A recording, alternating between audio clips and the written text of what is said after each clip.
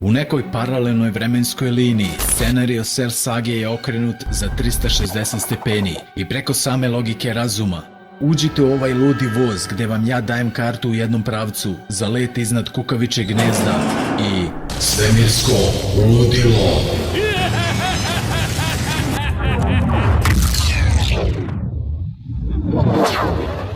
Nakon nekoliko pokušaja mračnih eksperimenata, naučnici probijaju mogućnosti logike da kreiraju ultimativno stvorenje.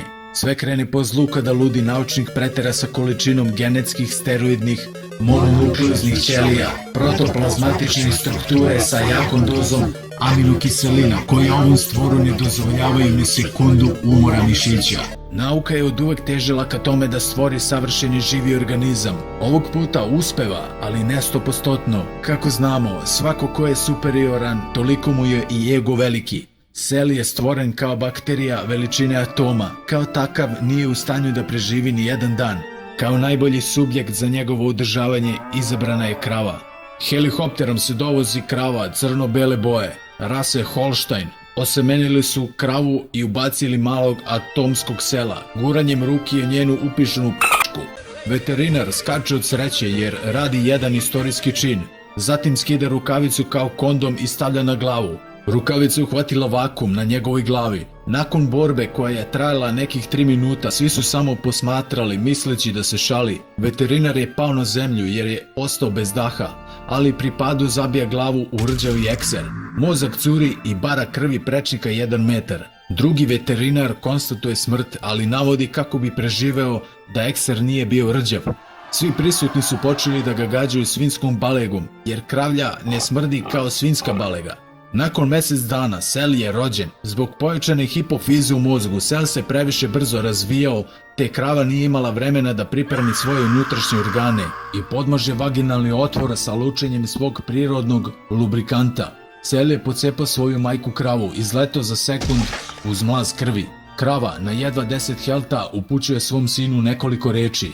Cell kao najsavršeniji organizam na planeti može razumeti svačiji jezik, te i nemušti jezik svoje majke krave.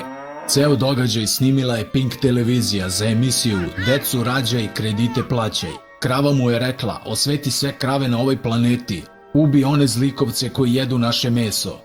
A zatim je umrla. A onda je ponovo oživjela i rekla još nešto: a da, ne zaboravi da ubiješ i vegetarijance. Svu najbolju travu vegetarijanci su nam popasli. Sa mlazom krvi iz usta konačno je uginula. Cell je sav besan počeo da traži vegetarijance. Prvo je želeo da zapali sveću veterinaru koji ga kao mali atom ubacio u kravinu p***ku. Smatrao ga je kao člana porodice, kao svog oca.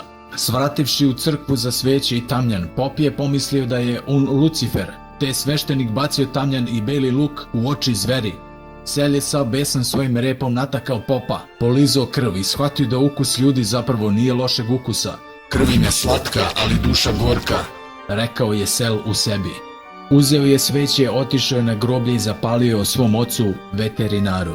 U daljoj potrazi za vegetarijancima odluči da ne gubi vreme na većinu, već nađe vođu vegana i vegetarijanaca, a to je Vegeta.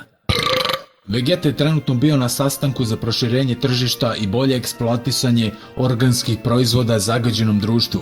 Među organskim proizvodima našlo se i junjeće meso. Cell je išao po gradu i ubijao je ljude po gradu.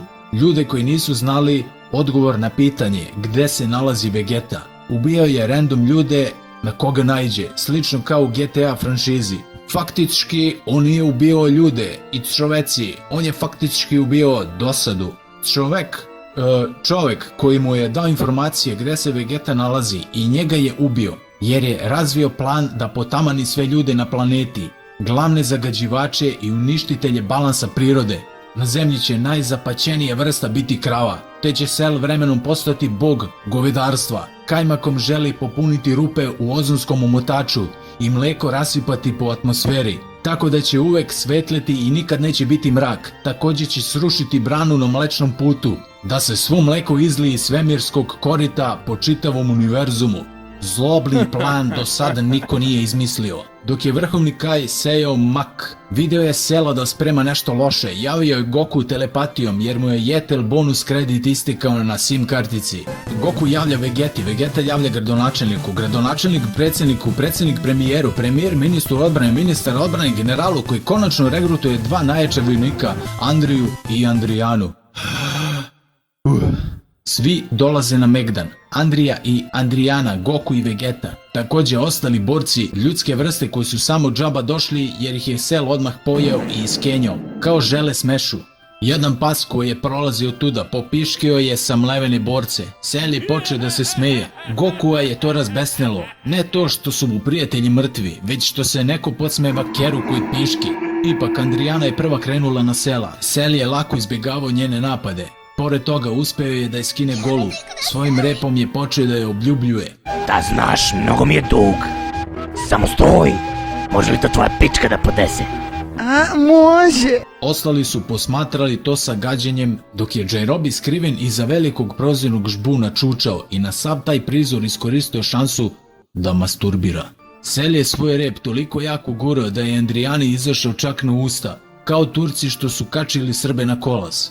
Vi satanos, vi sad ću te nataknem na kolas! Preminula je u teškim mukama, Cell ju je na kraju pojao. Njen brat je totalno poludio i krenuo u napad, ali Cell je zahvaljujući njoj dobio novu formu. Andrija je u tom trenutku izgubio samopouzdanje. Cell ga je rasporio svojim kandžama, izvadio mu je crevo i zavezao oko čela kao Rambo, a slepo crevo je ostavio kao dodatnu oktavu za svoje gusle, koje će svirati na zelenom pašnjaku kada čuva krave. Niz njegovo lice cure gona i krv u miksu. On je polizao i rekao je: ovo je dakle ukus smrti, osvetit ću moju majku kravu. Cell je pojeo i Andriju i dobio konačnu perfektnu formu. Bio je zver i intelektualac u jednom telu, slično kao političar. Goku i Vegeta su krenuli na Cella. Vegeta je rekao Goku da je veliki skakavac prevelik zaloga za njih.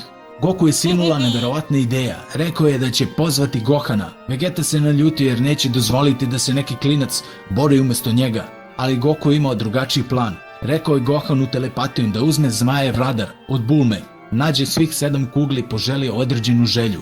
Dok su Goku i Vegeta odvlačili pažnju i dobijali na vremenu, Gohan je uspio da nađe svih 7 kugli, ali Goku i Vegeta nisu prošli neogrebani. Vegeti je odsečeno uvo, izvađeno oko koje sada visi samo na jedan očni nerv. Jedan testis mu je skroz pred žmeljem Cellovim šakama, ali se ne vidi kroz pantalone.